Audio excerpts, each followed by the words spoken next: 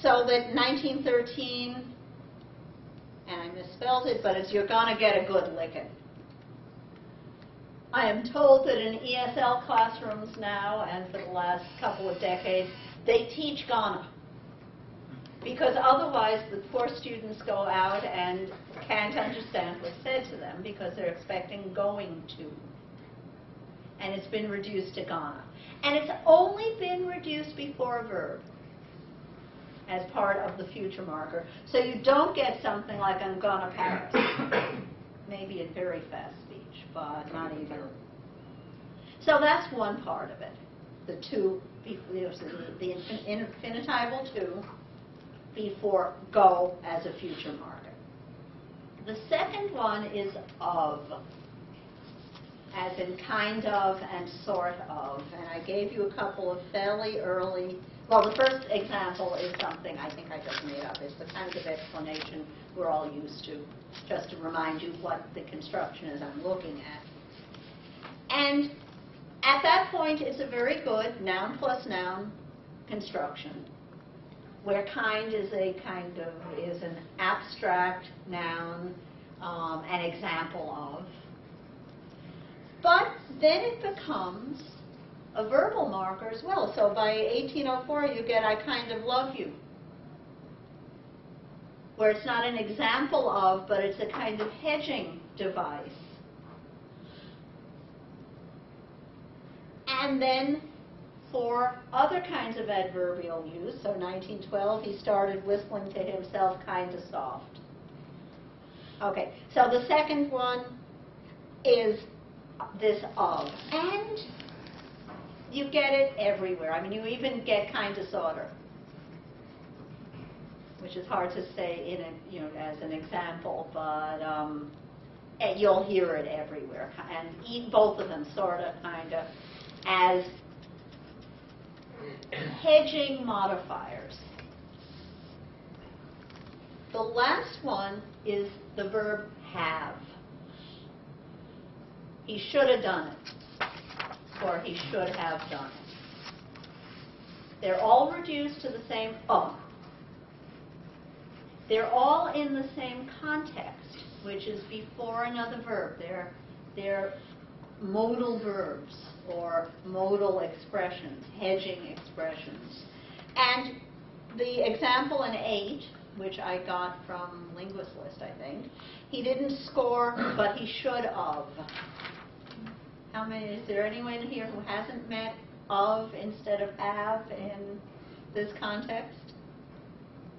You find it, when you start looking, it's everywhere, and nobody's saying they haven't seen it, so I'll take that as a tiny, tiny sampling for pervasiveness.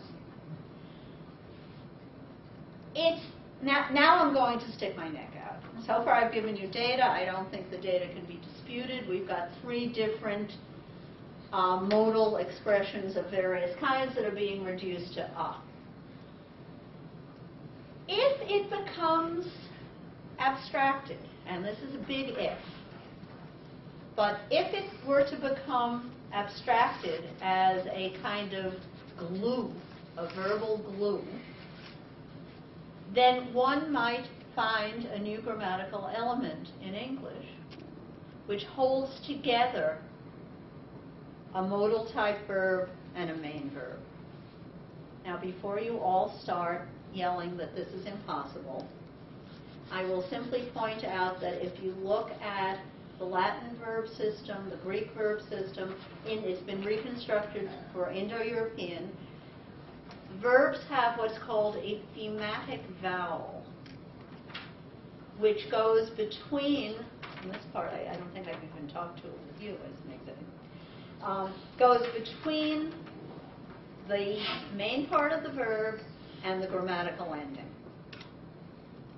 So that, and this is where we get the verb classes in Latin and the Romance languages. So there was a big class of Indo-European verbs reconstructed with an ah as a thematic vowel, another set with a long a, another set with e. As far as anyone can tell reconstructing, these are simply forms, it's simply a piece of the verb meant to glue, if you want, stem and tense person number markers, which come afterward.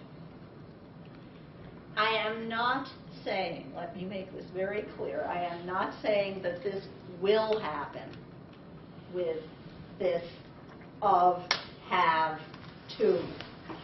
And when I gave this part of the paper at another conference where everyone was a linguist, I got really taken apart about it. But what I'm saying is that you can imagine it falling into a category and a schematic meaning developing. It hasn't happened yet. And as with all language change, it might never happen. I'm not promising anything. I'm not even sure I want it to happen. But it's a very early stage in that you've got somewhat similar uses, as in their links between something explanatory about a verb, or with sorta and kinda, it doesn't have to be a verb, but you do have things like, I sorta love you, I kinda love you, whichever one is there, and the main verb. So, potential for schema building. What have I talked about then today, other than your etymology of the day and a couple of other things? I would argue that these constructs, categorization and schematization, give me tools, and I'm not alone in this, that that fulfill the needs of doing diachronic analysis. You can account for the data. You can establish motivation, and the motivation is not just language internal. You can talk about motivation in terms of categorization. When we've got these subjunctive things, we've got the ones on the edges where you can say doubts about categorization. Does something fall into the subjunctive category? Does it fall into the indicative category? Do people hesitate?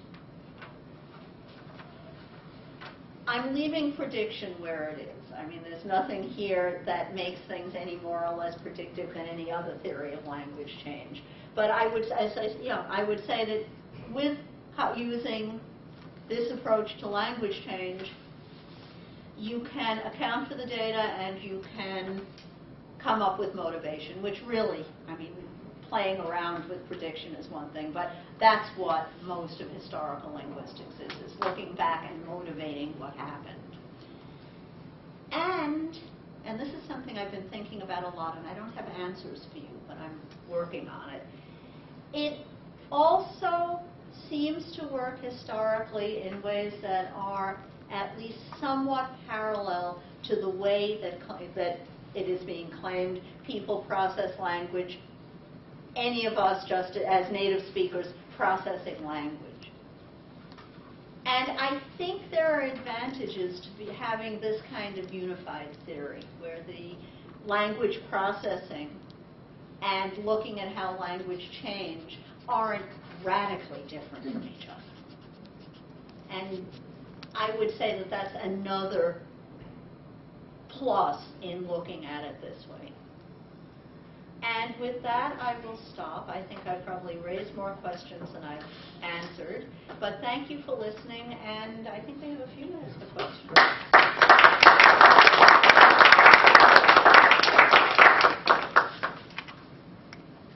Have I cowed everybody? The French subjunctive will do it every time. Yeah.